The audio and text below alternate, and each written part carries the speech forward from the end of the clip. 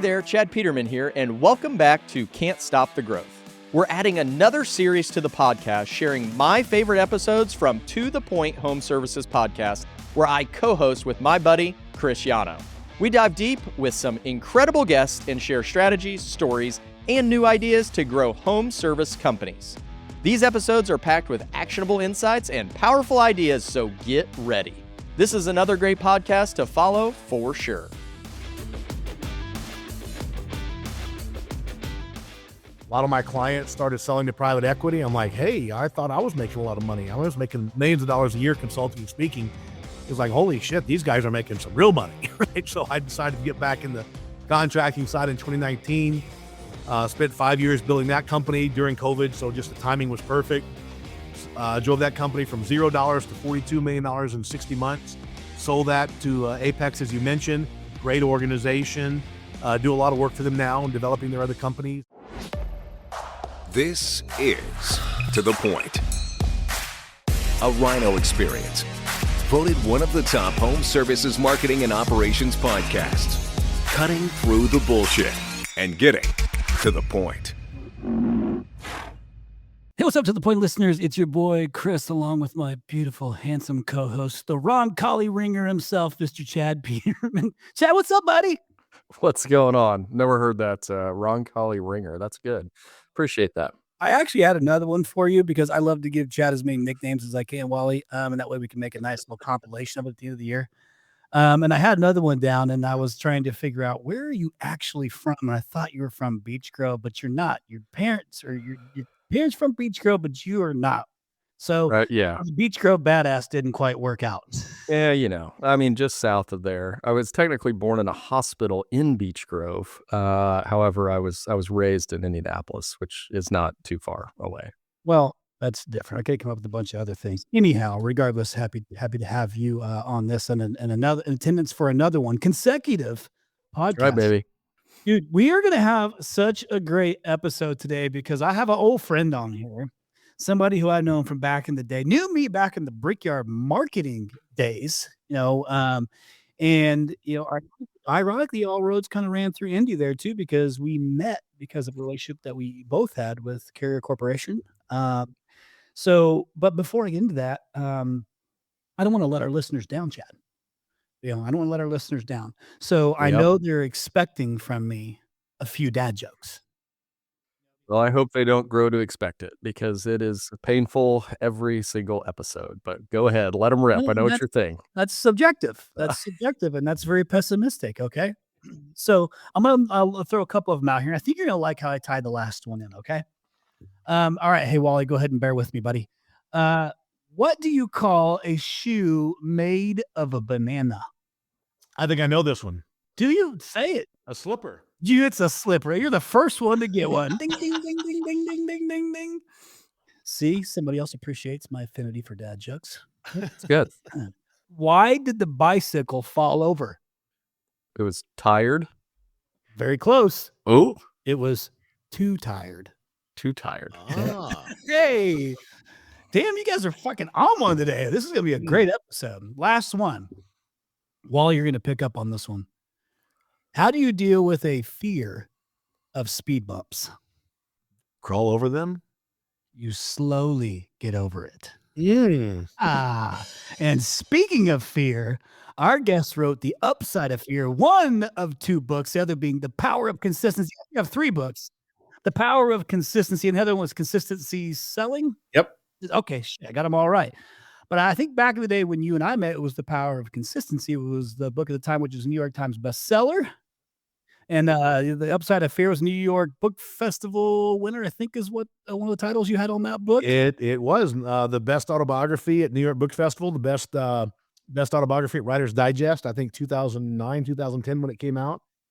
And then, of course, The Power of Consistency, which you mentioned, New York Times, Wall Street Journal bestseller. Consistency Selling was Amazon. Oh, shit. Oh, we got it right there. Right on the shelf. Chad showing the book. Look at you. Awesome. Fucking brown nose. And it's good to see you, man. It's really good to see you, buddy.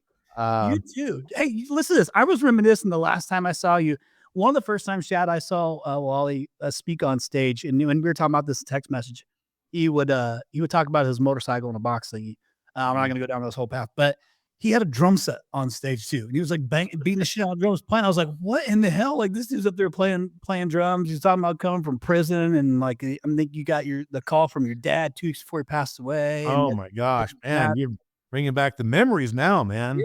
I mean, it was a super cool story, man. You were like an OG to kind of come in and do sales training. He's a phenomenal speaker. And I was like, I was just starting to do public speaking. And I was like, holy fuck, this dude is like next level good speaker. And I was like, okay, I'm sitting here taking notes on like what he's doing and what I'm doing. And so I learned a couple of tricks from you, Wally, and as I was going around. Man, it's been fun watching you. It's been, believe it or not, it's been over 15 years. I think I met you in 08 or 09, somewhere around there when you were first getting started with Brickyard. And I had forgotten about the Brickyard because I've always thought of you about in terms of Rhino. But it's just watching what you've done, dude, over the last 15, 16 years, been extraordinary. I follow you very closely on social media. You do some cool stuff for your team. You've helped a lot of companies like come up and make some money and grow their companies. And you've just been a solid guy for a lot of years. And it's just really good to catch up with you again. Yeah, I feel the same way. I appreciate you saying that, Wally. What's interesting is kind of came full circle a bit. One of my best friends in high school was he went to prison for like 9 years. Okay. Like, and this is in that time frame that you and I met. And I gave him the Power of Consistency book. But the only thing he did consistent was go back to prisons. It didn't quite work out for him that well. I did that for a while too. There's hope for him. I did that for a while. Shit, that was back in like 2010 or something, like 2009 maybe. I think you gave me a book, and I gave it to him, hoping to God it would like change, but it didn't work for everybody. Okay, because you also talk about mindset, right? Maybe he needed to shoot that a little bit. But so for our listeners who maybe don't know who Wally is, you're in for a phenomenal treat. Super sharp guy. Sold home services businesses up in Colorado, which is the first place I met him. Not one, a couple of. I mean, I think you made your last exit just the end of last year with Apex as a partner. Great organization. And so, but tons of talent, tons of skill. Like I said, kind of an OG in like the sales training model. Like I remember you putting on classes for like BFAD dealers and CFAD dealers, or I think it was like one of the two. And back in the day, you were speaking to like FedEx, Wells Fargo, Home Depot, like all these things. And I remember one thing that stood out before I actually started reading books, not that I read a lot of them now, is you had like endorsements from Stephen Covey, from Tony Robbins, from Tom Hopkins, like shit don't get much better in that sales space than like these guys who are supporting you. So, I thought a lot about it. And then what's cool is that I saw that you're doing, and I'll give you a little bit of a plug here too. I think it's worth doing because I didn't realize you're still doing this shit.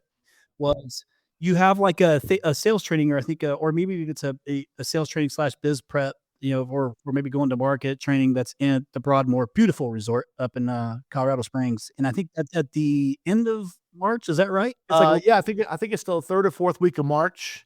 I happen to live 4 blocks from the Broadmoor, so I refuse to travel very much anymore, Chris.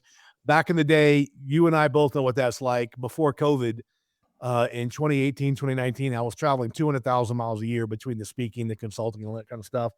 And I didn't realize how much I hated it until COVID hit, and I got to be at home with my wife every night. I'm like, hey, I got a pretty cool wife. I got a pretty cool house. And so after COVID, it kind of changed our whole business like it did for everybody. And so now I do my consulting, I do my speaking, but we bring people to us. So yes, we've got an event in March for owners that are looking maybe to get ready to sell.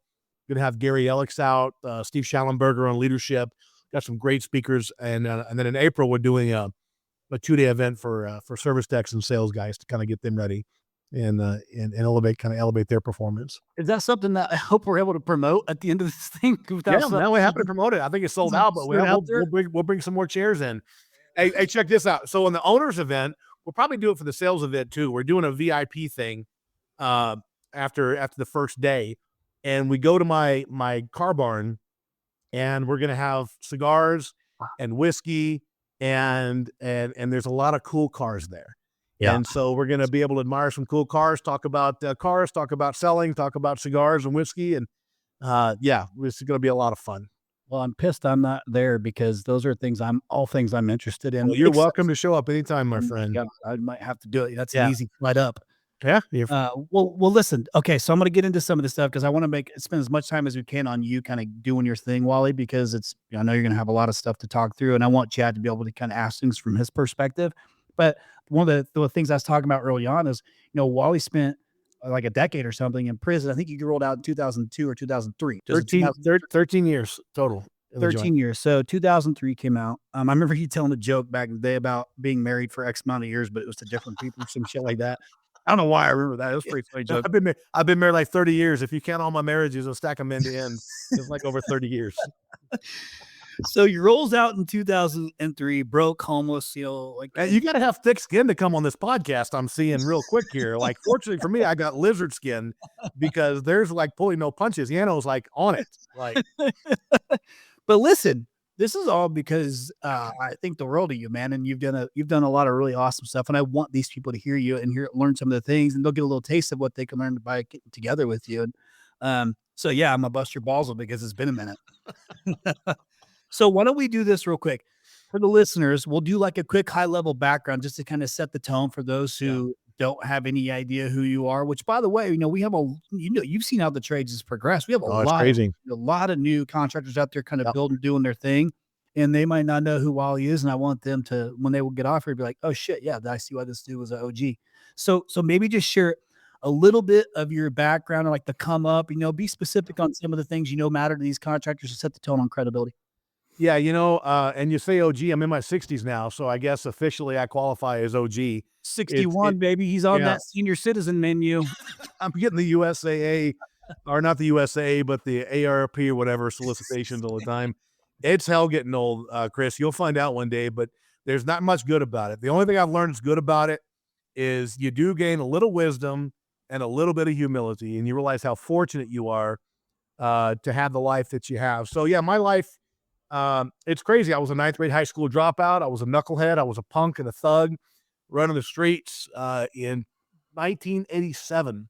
Hard to believe. Nearly 40 years ago, I guess. Yeah. I was high on cocaine and pulled a gun on a guy. Got sentenced to penitentiary for 10 years. I was 23 years old. First time I walked into penitentiary and scared to death.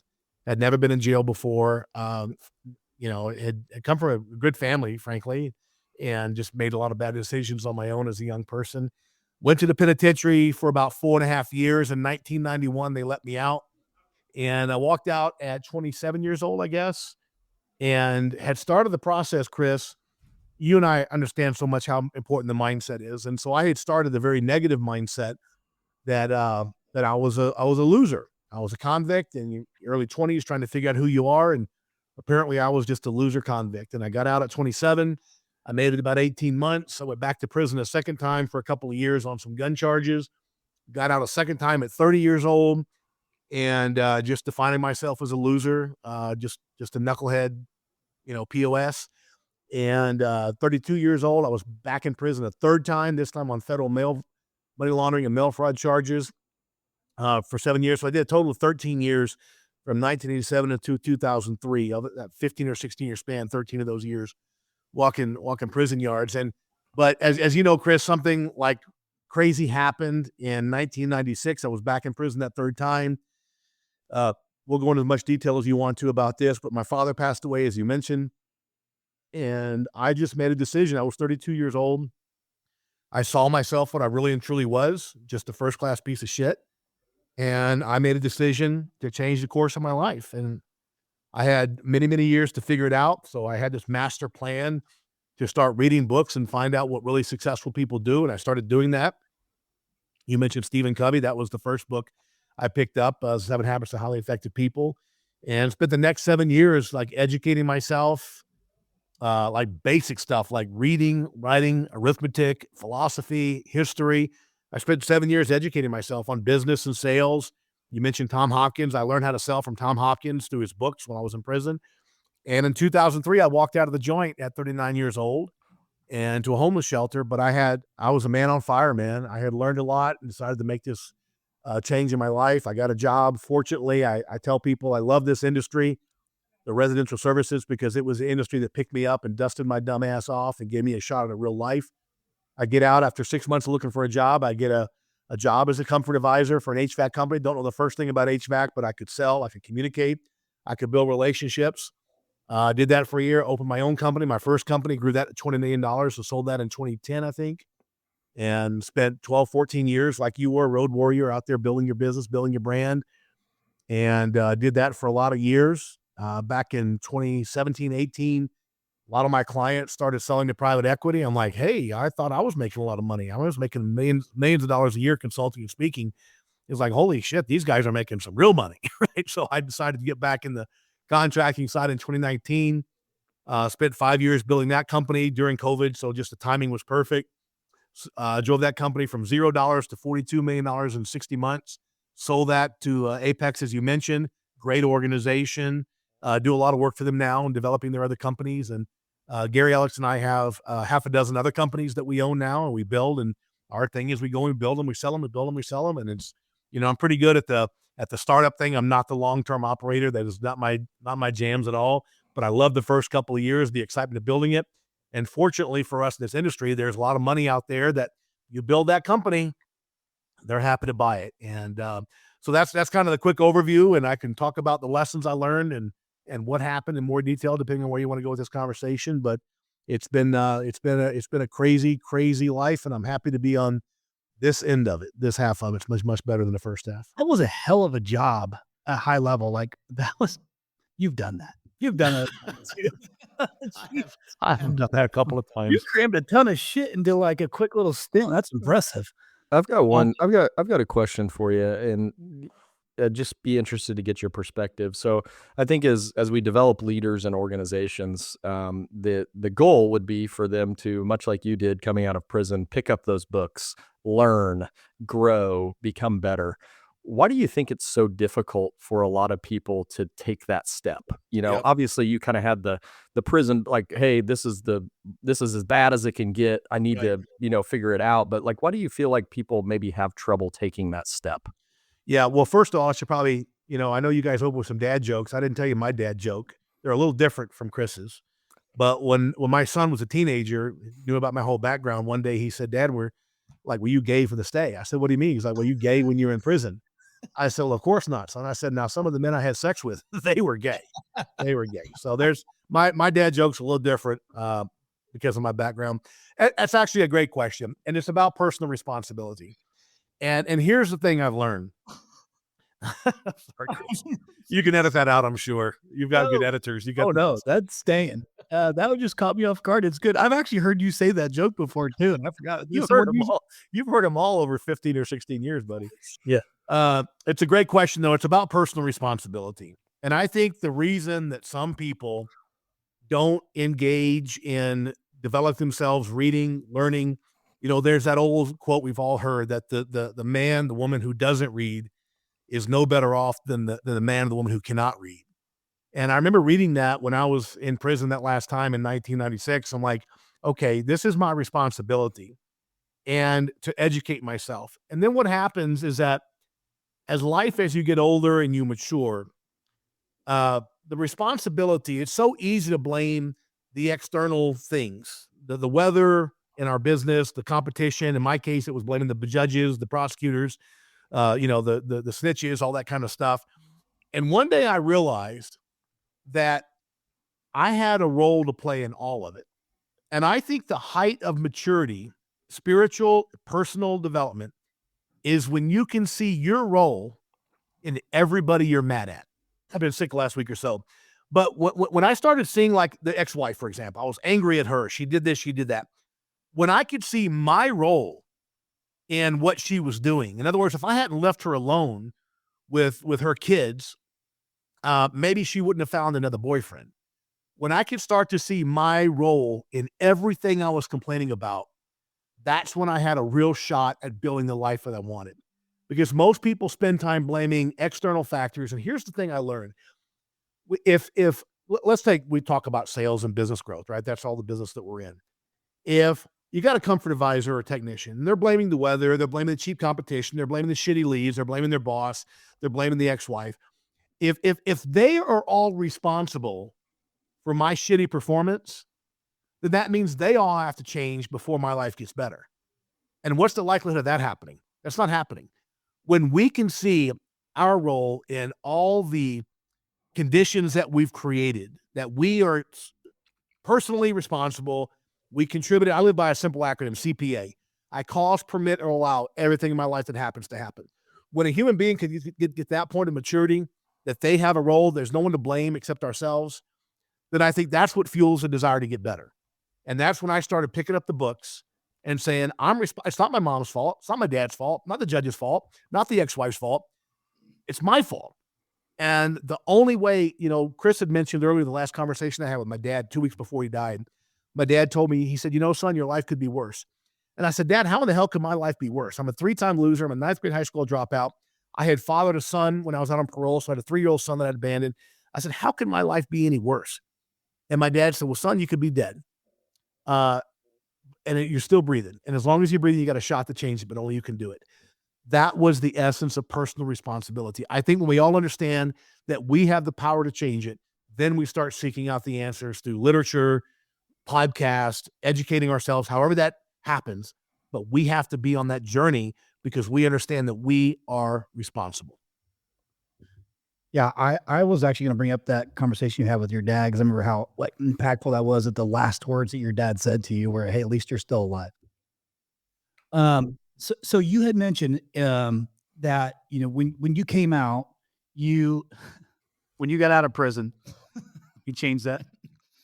Well, apparently I came out with that last dad joke. I came out too. So. That's why. Let me clarify real quick.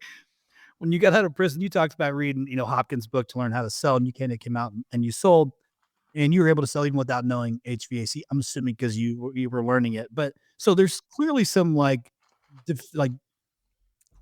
defined skills that you learned that you could still go and sell. And okay, insert HVAC, insert whatever, right? Like you had learned to be able to go to market with. Then you probably took the time to learn and understand and do all the things to be able to be even better at it. But I think that's one thing that I've always kind of known you for is being able to grow sales organizations, like really successful sales organizations, which proved itself again. I did not realize you grew that last business to 42 million. I mean, shit. Like Yep. 5 years. Quick. I mean, that was huge. Yeah. What is it that you're going in and teaching that is there still some of the same foundation that you use right out of the gate when Prasuju came out and you started absolutely are you using the same foundational things? Like maybe walk the listeners and Chad and I through some of those things that you're doing that have made that, them so successful. Yeah. It's funny you say that because a number of years ago, I had a salesman that was talking to a contractor who had seen me a couple of years earlier. And he was trying to sell him on coming out to a live sales training event we're doing. And the guy was like, well, I've seen his stuff before. Has he got any new stuff? And I overheard this conversation. And I got on the phone. I'm like, no, the shit that works hasn't changed. It hasn't changed in 2,000 years since we were trading camels to pyramids. So I'm not going to invent some new shit to have a new event. The same stuff that worked 2,000 years ago and 2 years ago works today. And you know what those 4 things are, Chris? Number 1, build the relationship. Number 2, investigate your prospects' problems. Number 3, solve those problems. And number 4, ask for the damn order. Those are the 4 fundamental components of any sales process, any sales organization. It may look a little different, but in the absence of the relationship, the investigation, the problem solving, and the asking for the order, there is nothing else in sales. So the fundamentals are the same since we've been trading camels at the pyramids. It's the same freaking stuff. The only element that I feel like that I've added to the industry in the last 20 years, because there's 1,000 guys that teach a sales process, and you know what? Every one of them will work. Every guy you know, every guy I know, every guy Chad knows is teaching this stuff. If you run a process, consistent sales results come from a consistent sales process. It ain't rocket science. The thing that I feel like that I've added to the industry in the last 20 years is the mindset component. So I look at the sales process as the centerpiece, right? You have your companies, you build your companies, doesn't matter if it's digital marketing or HVAC, doesn't matter. You've got the central process of what you do for a living, how you add value to your customers' lives, right? But in addition to that core process, in the HVAC world, it's the sales process or the service technician process. It's the 2 bookends that go around that. Number 1 is the mindset. right? The ability to take responsibility, the ability to thrive in the face of adversity, to prosper in the face of bullshit. To a large degree, your success in life is a reflection of how well you deal with bullshit, because we all got bullshit to deal with.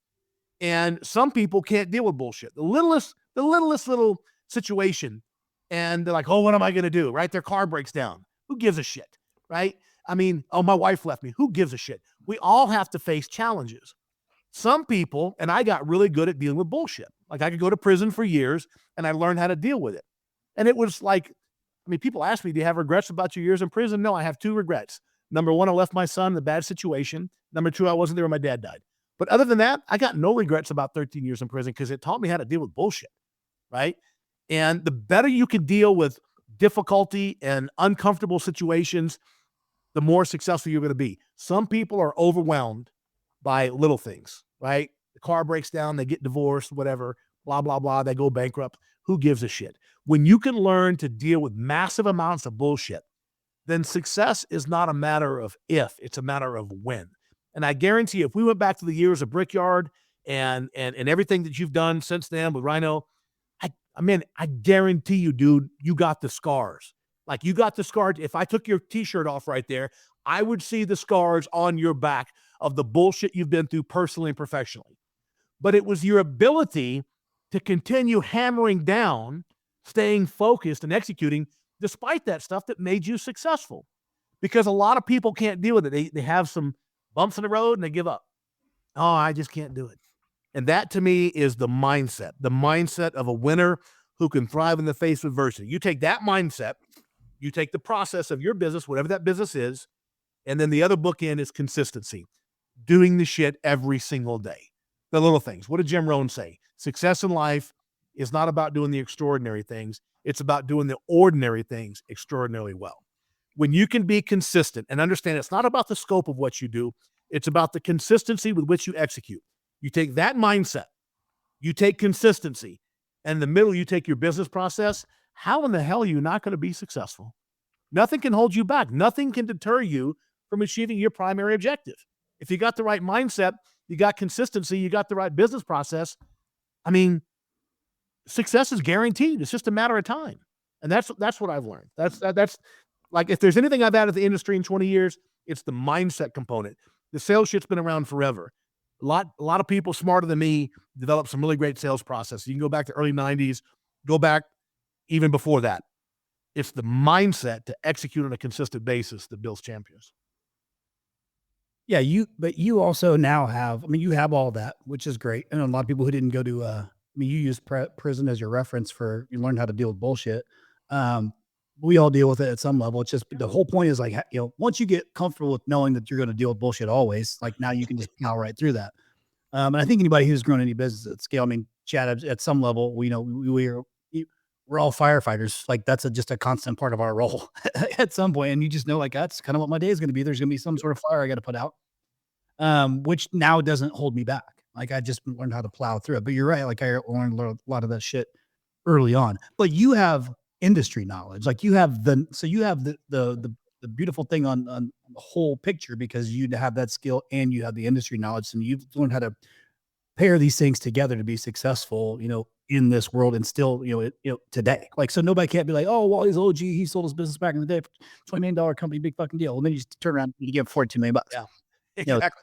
And by the way, Chris, I feel like there's a lot of gurus out there in every corner. You guys see them. I see them every single day on the internet, right?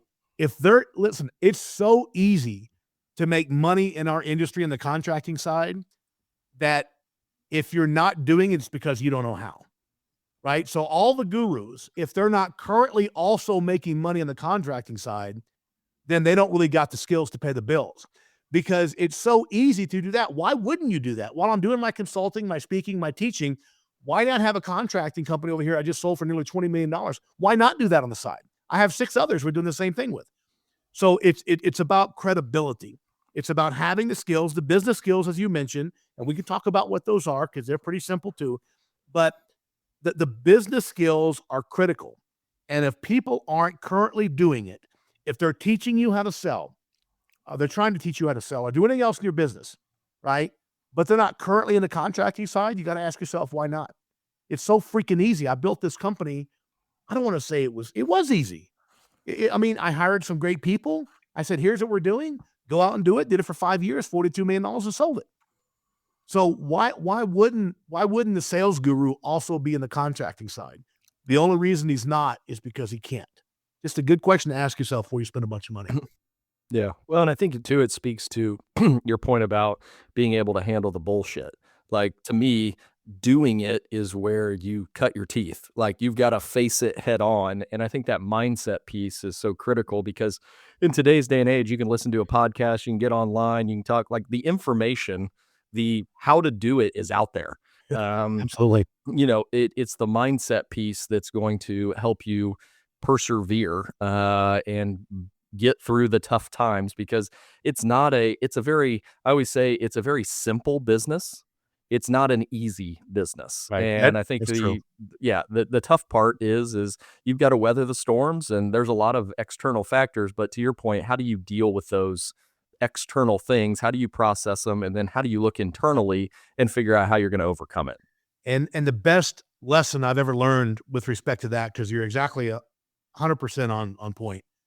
A great book I read many, many years ago called Man's Search for Meaning, written by a guy named Viktor Frankl. And Frankl was a Jewish psychiatrist that was put in the concentration camps in World War II. And during his stay, he became really interested in why could some people deal with their circumstances, right? Why could some people deal with the bullshit and others could not? And when they couldn't deal with the bullshit in the concentration camps, you know what they did? They would commit suicide. You know how they would commit suicide? They would go to the fences and put their hand on the fence, and the guards would shoot them. Like, if you touched that fence, the guards were shooting you. And when people gave up, they lost hope, they lost the ability to deal with the bullshit, that's what they would do. And Frankl became very interested in why were some people like him. I mean, he was freezing, he was starving, he was the subject of human experiments that the Nazis did on him. Like, he suffered the kind of shit most of us will never experience. If you read that book, it's like it making nauseous, the stuff they went through. But he somehow survived it. And what he learned is that when you can find significance in the suffering, when you can find meaning in the pain, that's when you can get through anything. And it's kind of like you talked about, you and Chris. You guys have had difficulty in your businesses. And I promise you, without knowing anything about your background, I know you got a very successful company, but you've learned way more from the shit that didn't work out, the failures, the struggles, than you have the successes. Like, when I'm successful at something, I'm like, I have no idea, I just got lucky. But when I fall flat on my ass, I can typically find out exactly why. And that's where I learn. So Frankl discovered that people that could find meaning and significance in the struggle, the difficulty, then they had a purpose for life. People that saw suffering strictly as random pain, random difficulty, they got depressed. When they saw it as, okay, there's a lesson, what Napoleon Hill used to call the seed of equivalent benefit. When you can find the purpose in the pain, there's the significance in the struggle, that's when you start living and you can celebrate the adversity and know that it's strengthening you, right? I remember when I read that book in 96 after my dad died, I had done 6 years in prison already. I had 7 more left to go. And for the first time in my life, I started doing easy time, because the first 6 years, I was a fucking train wreck. I was fighting. I was struggling. I was miserable.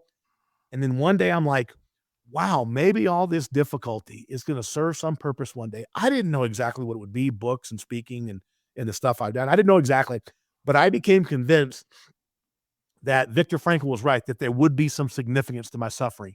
And you know what happened? My suffering became tolerable. I'm like, okay, this is part of the journey. This is part of my education. This is part of my learning. And I'm telling you, people think prison was crazy. The first 6 years of my prison was crazy. The last 7 years, this will blow you away. 7 of the most peaceful years I ever had in my life, because I knew it was going to be for something larger and bigger. And this was a temporary situation that I was needing to go through to learn those lessons. And that's what I mean by dealing with bullshit. If you can deal with it, understand there's a purpose in it, fantastic things are going to happen in your life. Hey, do you think that this directly translates to, like, I'm actually going to shift gears for just a second. And that is into some more like tactical things, Wally. Yep. Because I know I've seen you do some like live role playing stuff before. I actually sat in on one of your training sessions before back in the day and just watched it. Like not the whole thing because it was like a day long thing, but I remember watching some of it and I walked in one part you guys doing role playing. Yep. But I was just thinking about this as you're talking and how this this prepares you to, I think, be a better salesman too, because you're ready for the no. You're ready for the excuses. You're ready for the whatever. That keeps you from getting to the sale. But I'd say probably some of the most common, and you guys would know better than me, but some of the most common, objections that these, comfort consultants running into or service technicians are running into is probably well, Wally, I want to think about it, or Wally, this costs too much. So, is it fair to say those are some pretty common objections? Yeah. That, and I saw on the internet for $50 and, I need 3 bids. So you take the 2 you mentioned, the 2 I mentioned, and there you've got about 99% of the objections that we deal with on an average service call or sales call. And the reality of that, I want to think about it. It costs too much. I need 3 bids, and I saw on the internet, are so easy to combat if you deal with them proactively. The problem we have in sales is that we have been trained the last 50 or 60 years and trained by a lot of the men and women that I respect, enormous respect. Brian Tracy, you mentioned Tom Hopkins, all these guys, right? And have enormous respect for them. I admire what they've done, but I think they missed it just a smidgen. They teach us to do what? To overcome these objections when? At the end. When is a homeowner the most tense, the most defensive? At the end, right? When you start asking them for 20 grand, or back in the day, 8 grand, but today it's 20 grand, right? And so the problem is not how we overcome objections. It's when we overcome objections. What I figured out 20 years ago, I was working as a comfort advisor, just out of the homeless shelter, got my first job. I'm in a bookstore and I come across an article from a guy I'm sure you guys are very familiar with, especially down in Arizona, Robert Cialdini. He's the professor of psychology at Arizona State. Brilliant man. And he's written these books on influence and persuasion. And I remember this, it was on the cover of American Scientific Mind. And I saw this blurb, how they put in the front of the magazine, like, get anyone to do anything you want. And like, I was single and I was in sales. I'm like, this could be helpful to me, right? Get women to do what I want, get customers to do what I want, right? I was young, I was handsome back in those days. I did have not much hair, but a little bit. But I started reading this article and it just blew me away. The research and the stuff that he brought to light. The bottom line is, this is the whole basis of consistency selling. Public declarations dictate future actions. You have to understand that your homeowners are having a conversation before you get there. And you know what that conversation sounds like? Honey, we're not buying tonight. We're getting a cheap price. We're getting 3 bids. And if you ignore the reality of that conversation happening, their public declarations to each other will drive their behavior at the end. No matter how much they love you, no matter how much they're impressed with your company. I told my wife I wasn't going to say no. So we got to go in and we got to get them to make these public declarations that are in opposite to that. I got to get them to say, yeah, price is not the most important factor. Yeah, I can let you know tonight if you're a good fit. And yeah, 3 bids won't really protect me. And so I developed my whole sales system around that conversation. Get them to make those public declarations. They're changing their minds. They're changing each other's minds and basically giving them permission to say yes to you at the end. And so that's the whole essence of the entire conversation. The question comes then, how do we do that? And it's actually pretty simple. As I always say, it's easy. It's a little bit easier not to do it, but it's actually pretty easy to do, to have these conversations and get them to change their minds. Otherwise, the conversation they had privately before I got there is going to drive their decision at the end. No matter how much they love me or my company, they're not going to go back on their word to each other. And isn't it fair to say, like, and I can't remember if I learned this, where exactly I learned this, but because I met you early on, I was paying attention to the things that you were talking about and teaching. But if you know those are the main objections that you're going to get, why not overcome those objections in the process, right? Before you even get to the end, because they're going to ask it, or you can at least assume they're going to ask it, and why not? You know it's coming. And I use the metaphor of the sales hallway, right? So I'm at the end of the hallway with my homeowners, and I got to walk them down this hallway. At the end of the hallway is a door. And if I can earn their trust and get to that final door, I earn their business, right? The problem is there's trap doors, little escape routes on the side of the hallway. Your homeowner is going to gather all the information they can, all the information they think is important, and what they think is most important is the price. When they get that final piece of information, they want to sneak out of one of the doors on the side, not the one on the end. The doors on the side, I want to think about it. I need a cheaper price. I got to get 3 bids. And they sneak out of these doors. The key is exactly what you just said, Chris. Close the doors proactively as you're walking by them, right? Have those conversations. Don't wait for, if they bring up price at the end and that's the first time you talked about it, you're screwed. If they bring up 3 bids at the end, I want to think about it at the end. Now you sound defensive because they're on DEFCON 1. They know the close is coming. You've talked about $20,000.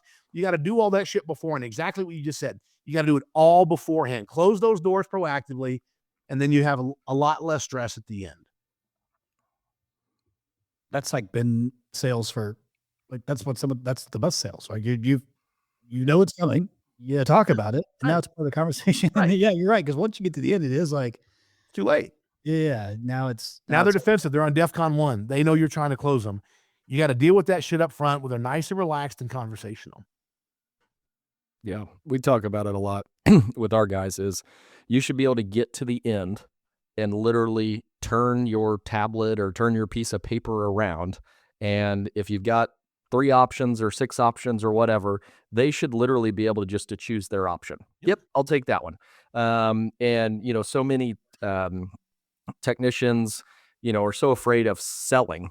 And it's like, you're not really selling. You just got to your point, you just got to handle all of the insecurities and questions and, you know, uncertainties that they have, but you got to handle it at the right time. You're never going to handle it at the very end. And actually, if you handle it at the very end, then you're truly selling. Whereas if you don't want to be a salesperson, then just walk them down the hallway. And at the end of the day, they're going to choose whatever it is that they would like. Imagine this situation, Chad. Let's say that you were kidnapped by Martians when you were 3 years old. And then at 30 years old, they brought you back down to Earth. And they put you in a Nordstrom's department store and a Walmart store. Would anyone need to tell you which one was going to cost more? Just without knowing anything about either brand, just the experience, the environment. Would you know which one was more expensive? Yeah, 100%. Of course you would. And so part of our job is that we have to create the experience. If you get down to the end and the homeowner's surprised that you're $5,000 more, you haven't done your job. They should be like, oh, I figured you're going to be more expensive. If you've done your job, I don't care whether you sell the deal or not, right? That's outcome. I focus on process. If you focus on your process and the homeowner sees your price and says something like, geez, I figured you guys are going to be more expensive, then you've done your job at least. If they're like, holy shit, you're $5,000 more, you haven't done your job. They should know by the experience of the Walmart or the Nordstrom's that you're going to be more expensive. And so I'm amazed and dumbfounded how many men and women walk in the house, a couple of minutes doing some chit chat, go measure the system, maybe do a load calc, and then slap down a $20,000 number. And they're shocked when people are like, holy shit, $20,000. Are you kidding me? You have to lead them down the sales hallway, the experience to where, you listen, the number one question or the number one conversation most homeowners have in their mind when you get to the very end is how much can I get this guy to drop the price? That's what they're always thinking with contractors. How much, whatever the number is, how much can I get him down? If you change that dynamic, if you follow the right process, you know what they're thinking at the end? Holy shit, I hope I can afford this company. And if you go into your close and they're thinking, holy shit, I hope I can afford this guy, that's a whole different dynamic around price, right? So it's all about us. You mentioned it. Chris mentioned it. They do this every 15 to 20 years. We do it 2 or 3 times a day. We should be better at it than them. We should know exactly what to expect. And we should prepare ourselves accordingly. Yeah, I don't know, Chad, if you wanted to add anything to that, but No, I mean, I think that's beautifully said. I mean, that's what we're trying to teach our team day in and day out is you are worth it. Like the price is the price because that's what it costs to stay in business. I always laugh at, you know, when my friends call me up, hey, can I get a deal? Well, buddy, we don't go around ripping everybody else off and then give you the great price. Like, this is the price because we've calculated as to if we sell this many jobs on this many working hours that we will earn a profit and we can stay in business and keep moving on down the line. But I think it's such a great point of, and I wrote down that question of, during your process as a service technician or a salesperson, up until you present a price, do they feel that they can afford you? Right. Because you are worth it, but did you prove it to them that you are worth it? So many guys are quick on an interview to come in. I got 20 years of experience, or I got 50. Well, tell the customer that. Like, let them know you've done this for a long time. There isn't anything you haven't seen. Like, let them know that you have the answer. Hey, you know what we do, Chad? Take two pieces of line set. You take a beautiful piece of copper, as pure as the driven snow, and you get a second piece of copper, and you put the brazing torch to it on the outside and the inside, and educate your customer on that black carbon, educate them on a nitrogen purge and whether or not it's going to be done on their install. Like, they will see, you have to educate them.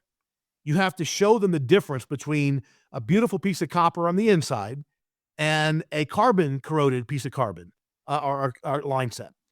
And homeowners have to see the difference. If we don't educate them, listen, there's nothing more frustrating than getting on the end of the deal. And you're a good company. You'll stand behind it. And you'll come out on 4th of July and fix it. But they're comparing you to the cheap guy. If they're doing that, you have no one to blame but yourself. A product demonstration is one of the key parts of our sales presentation. We educate them. Here's a filter dryer. Here's what it does. Here's how much it adds to cost the system. Here's a 15% silver brazing rod versus a 5% silver. You know what all the manufacturers recommend now? 15% silver, because the system's running at way more pressure than they used to. It's a stronger, more flexible weld. Most contractors are doing what? They're using 5% silver. Why? It's an easier weld and it's cheaper. Here's a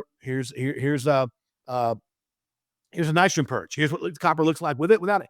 Educate them. Like, put this shit on the kitchen table. When I'm done with the presentation, they don't have to guess why I'm $3,000 or $4,000 or $5,000 higher. They see it right there in the kitchen table. And then I will ask them at the end, I'll say, by the way, now that sometimes when people see our prices and what it takes to do it properly, they're kind of surprised how much it is. And sometimes they want to know if we can do it cheaper. Now that you would see all the steps I would have to eliminate, is that something you're going to want me to do today? That's the last question I ask before I go into my close. And they're fucking stupefied by it. Well, you must be really expensive. No, given our quality and service, we feel like we're very competitive. But I'm sure you don't want me to skip all this to cut the price. You got to put it in perspective for people. See, here's the thing. Homeowners believe in the Tooth Fairy and freaking Santa Claus and Easter Bunny. They want to believe they can get the best quality at the cheapest price. But it's total horseshit. We all know that. But if we don't show them, if we don't force them to balance price versus quality, we have no one to blame but ourselves. That's the reality.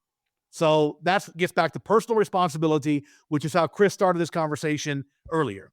It's about personal responsibility. Who are you going to blame? You're going to blame yourself, or you're going to blame the homeowner? Look in the mirror, pal. That's all I can tell you. I got goosebumps. While he was on one, did you see him? I was just back here smiling watching it. That was good. It fucking cracked me up, dude. That was awesome. Okay, I'm gonna make one more pivot. How far into this thing are we? We're getting close to an hour. What is? Okay, cool. So I got time for this. I'm gonna make one more hard pivot because I want Wally to talk about this now. And this is around the actual like offers or promotions. So I just want to address it from some of the things that you've done. Chad's go-to that works exceptionally well for Peterman Brothers that we've talked about on some previous episodes. This is free furnace offering, or like that type of offering. Now you have one. That was the 1-year buyback guarantee. Yep. And people were like, "Wally, what the fuck are you like? What are you doing? Like, why would you offer that?" But it was interesting. So, because I can see how you would be like, "Holy shit! Like, why would you let somebody go and run this shit for the summer and then come out? Oh no, take this thing back out. Like, yeah, why run that risk?" So, I want you to talk about that in particular, and then and share like the reasoning behind it, and then what the success was of it. Yeah. So I wish I could take credit for it, but there was a German guy 150 years ago that came up with the idea. And we'll give him credit for it. Baron von something, right?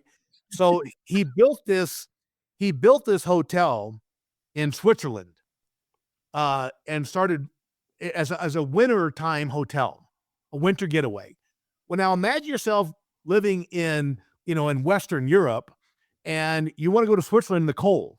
And so he started marketing. People like, why would we come to Switzerland when it's freezing ass cold and tons of snow? And this is before skiing. This is 150 years ago, before snowmobiles, before the winter sports.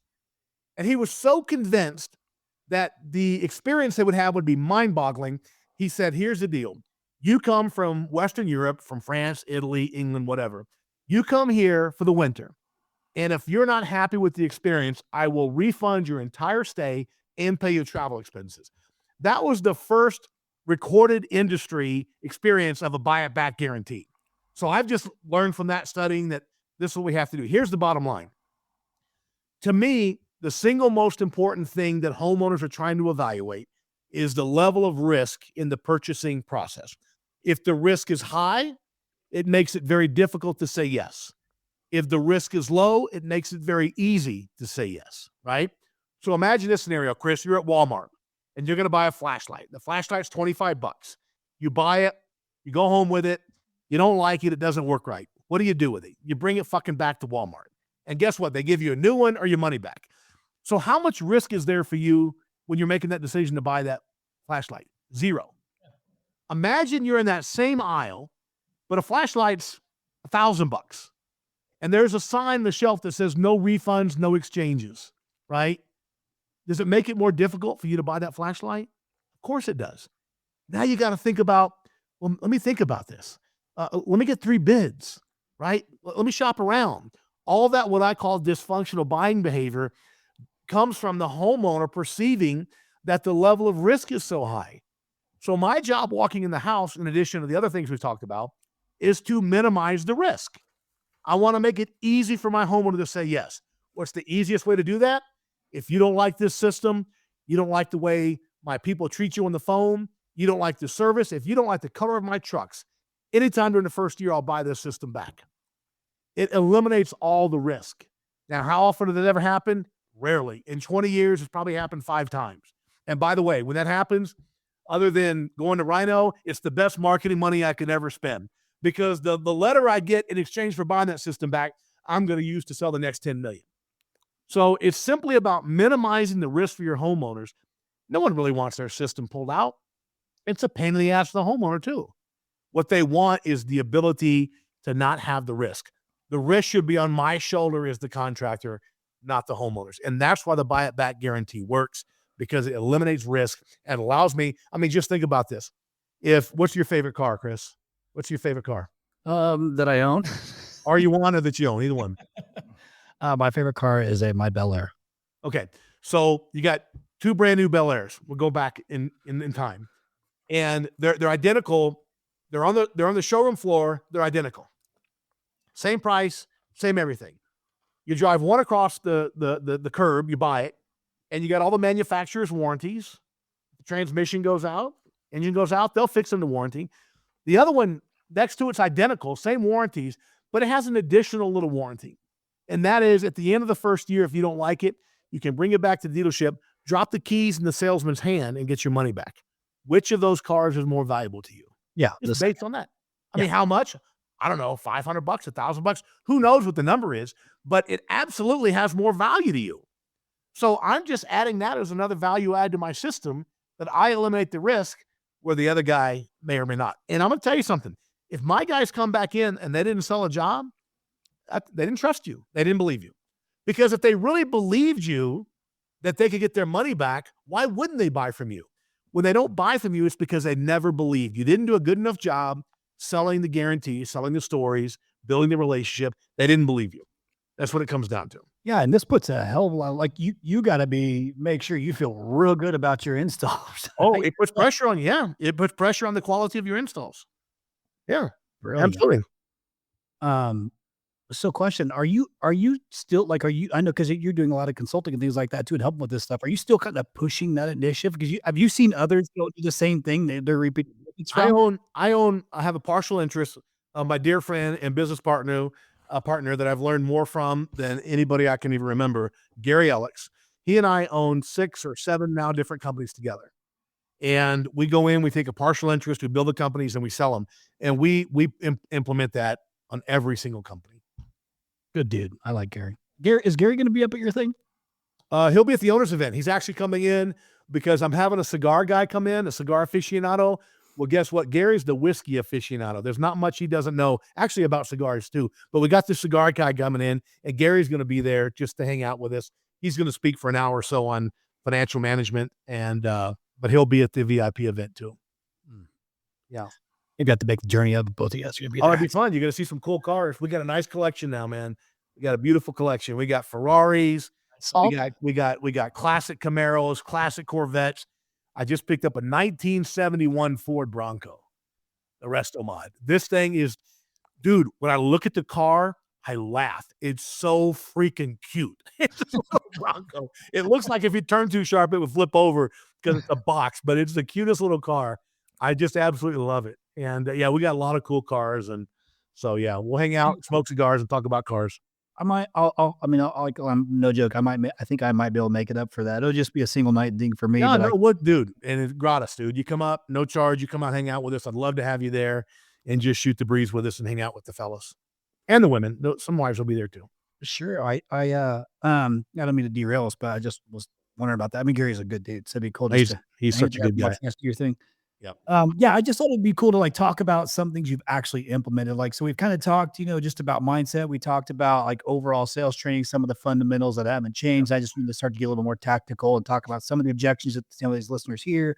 And that way, like, everybody's hearing the same shit, and everybody else, like, people aren't just getting lucky. There's a process to this thing, and there's some education to this thing, and it certainly works. And like you said, when people are selling camels for pyramids, like, that's a great point, Chris. People are not getting lucky. The people that are making it is because of their process. And I think Chad mentioned it earlier. It's not a knowledge problem. It's an implementation problem. Everybody knows what to do. You can learn how to do brain surgery on YouTube. It's not a knowledge, but the knowledge is out there, right? It's an execution and implementation problem. Yeah, I mean, I heard one thing too that my wrestling coach told me a long time ago, and it was when people were saying you would get lucky. I had the same, like, I had an epiphany because I was like, deja vu, because I had the same conversation with my son, and he had said, we're talking about luck, like what luck really is. I think there is luck, like you can get lucky, but absolutely, really, luck is when this is my wrestling coach taught me. Luck is when preparation meets opportunity. Yep. So yeah, it may appear that I got lucky, but no, I was just prepared for this moment when it came up and happened to be successful with it. That's so true. That's great advice. Great advice. But you have to implement the things that you learn and actually put in the effort and the time to do all the things. So, tail end of this podcast, man, it's been awesome having you on here, Wally. And I want to make sure we do this more frequently with you because I know you have so much, content. I just love what you're doing. I've loved watching you over the last 15 years, the success you've had, the connections you've made. It's been fun to watch, dude. And congratulations. You're the young buck coming up. Like you said, I'm the OG, I'm the old guy. But it's you young bucks that are coming up, man, that are having the influence today. And I love to see it. I think I saw some stuff with you and Tommy Mello. I got down to see him in Arizona a couple of, maybe a month ago. What a freaking stud that dude is. Yeah. I mean, that guy's just a baller. He figured some shit out. He did. Well, no, I appreciate the compliments, and I mean, it means a lot. And it's always cool to be able to reminisce and go back to like those days, because man, it takes me back to where I was at in those days. You were scrapping out building a business, just like the hustle, man, the hard work. Underpricing everything, like this. Oh God, this takes me back. Listening to phone calls myself, putting them in Excel spreadsheets. Oh dear God. But you know what? That's the shit. Like those are the scars you talked about to build these businesses, and all the listeners listening to this thing that are small are still trying to build shit. Like, stop crying about it. We all go through the same thing. Like this is part of the process. Hey, like, nobody starts as Ken Goodrich or Leland Smith. Yeah. Right? they start at the bottom and they work their way up. I saw something Ken posted yesterday or last night, whenever it was, like, there's an imposter out there pretending to be me. Don't click on it. I'm like, wait a second. How do we don't know that this is the imposter? He's like, there's only one Kenny Goodrich. I'm like, no shit. Well, actually, yeah, because I saw the other comments below it and I was like, yep, that's how you know that's how you know it's Ken. And Leland Smith, who I refer to as the Godfather, is one of my dearest friends and one of the men that I've learned so much from. And just, I call him the Godfather. He is just, anyway, but those guys started where you and I started. Leland Smith is a perfect example. 40 years ago, he calls himself an old plumber from Kentucky. Kentucky. Yeah. And he comes out and builds the shit that he built. It's just crazy, but that's where everybody starts. You got to start at the beginning. Well, I mean, yeah, of course. I mean, Leland's a phenomenal human being. I love that guy. I've been blessed to have relationships with, him and Ken and Geiger and Ken Haynes and like all these guys. So like I've had some really great, people help me along the way. And good relationships come from it, just like this. So, well, hey, I don't know. I know I'm like right at the top, so I got to get this thing wrapped up. But Chad, if there's anything you want to close with, if you're good, we'll go ahead and get the close done. I mean, are you good to go or? No, I just, thanks again. This was, selfishly, this was good just to kind of recalibrate, if you will. I think we can get so involved in running businesses and doing all of this that it really does come back to the blocking and tackling of what is your mindset? Are you ready to do it? I think the one thing that I would add is, the bullshit never stops. It's not like when I reach 20 million or I reach 40 million, I just get to sit back and don't do it. When you retire, maybe that will happen. However, more than likely you'll get back into it. So I think that's the biggest thing is your willingness to battle against the bullshit, your willingness to fight it, your willingness to understand that you are in control so long as you think you're in control. Yep. And you do the things that put you in control. You can persevere through just about damn near anything. So I appreciate you saying that. It was good for me. I've got a bunch of notes here and look forward to staying in touch and just talking shop for sure. Yep. Well, Chad, I got to tell you, it's great to meet you today, and congratulations on all your success. Chris was kind of giving the rundown on what you've accomplished out there. It's amazing.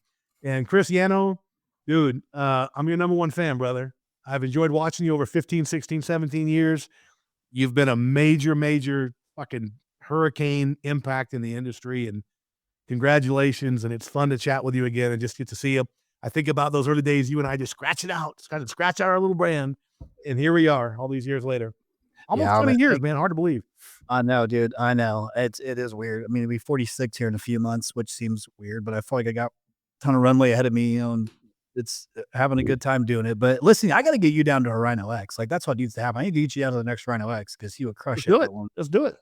Happy to do it. All right, cool. Well, listen, to our listeners, man, like, listen, this is another legend in the trades. I mean, like one of the best. Like you just heard why with the coolest stories, the coolest techniques, but a lot of it's just simplified. It's just taking his processes, from his perspective and the way he's learned things and had a lot of success with it. It's just another tool for you to use. But like you said, you actually got to pick the tool up. Wait a second, you calling me a fucking tool? What are you? He's game for the stay. He said. Maybe that's what, man. Congratulations on everything. You too, Chad. You guys are awesome, man. Great podcast. A lot of fun. Yeah, man. Yeah, we had a good time. And to our listeners, hopefully you enjoyed Wally. Make sure you check out that event. We'll make sure to put it in the show notes so that way you can get over to it if he has room for it. And then obviously reach out to him on social. He'll be able to respond to you. I will finish with these last two things. One, he talked about CPA, not like your accountant, but also cause, permit, and allow. Like keep that in mind when you're thinking about, what's your what you allow to happen in your life, and also what's your part in any of these negative experiences that happen? Like, what's your responsibility in the situation or with the person or relationship? And a lot of those things might help you think back, like, hey, maybe some of this was my fault. Like, I went to prison and left my son on his own, like all he was talking about. So take a little ownership yourself. All right. Maybe that's setting your pride aside because pride gets in the way. And sometimes pride is a cause of destruction in your life. So take accountability for your own shit. All right. And then, you don't got to do everything, but you got to do something. Ain't that right, Chad? That is correct. No 0 days. There we go.